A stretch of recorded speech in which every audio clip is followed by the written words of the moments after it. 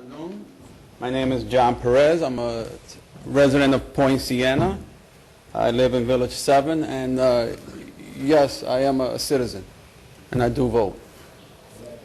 I'm also the president and founder of HACER, H-A-C-E-R, which in Spanish means to do, but H-A-C-E-R also stands for the Hispanic American Cultural, Educational, and Recreational Club.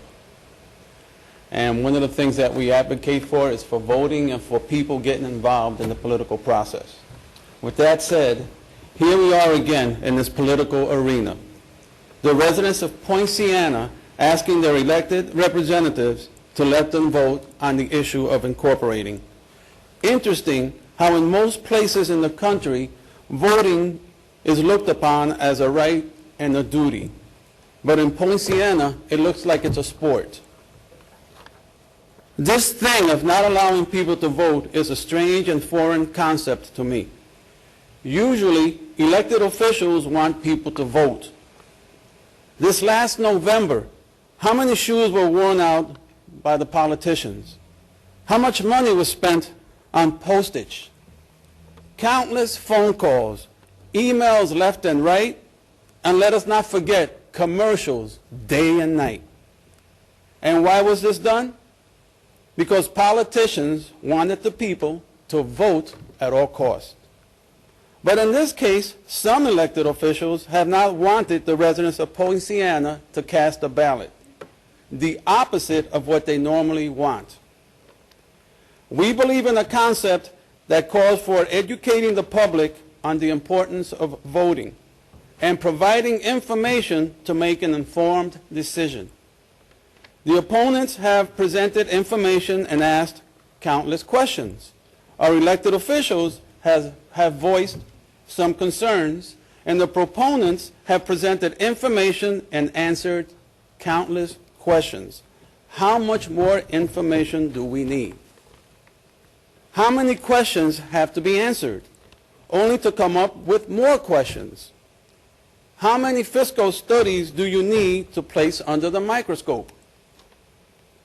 You know, no matter what issue is presented to you, there will always be opposition. Don't let that stop the political process. I will give you an example where having a local government entity may have helped to resolve a community issue. I have been advocating for a firehouse for the Village 7 area of Poinciana. I started out by going to the HOA. From there, I went to the county commissioners in Bartow. I then had to reach out to our state representative, Mike LaRosa, and thank you for helping.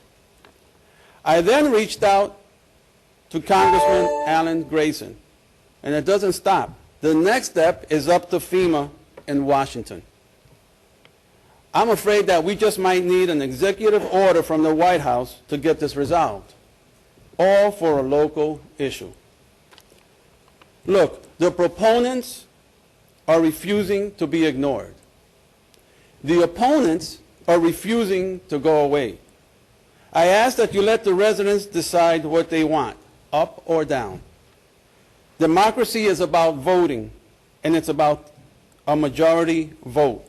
And it's time that we started exercising the democratic process. Thank you. Members, any question for Mr. Perez?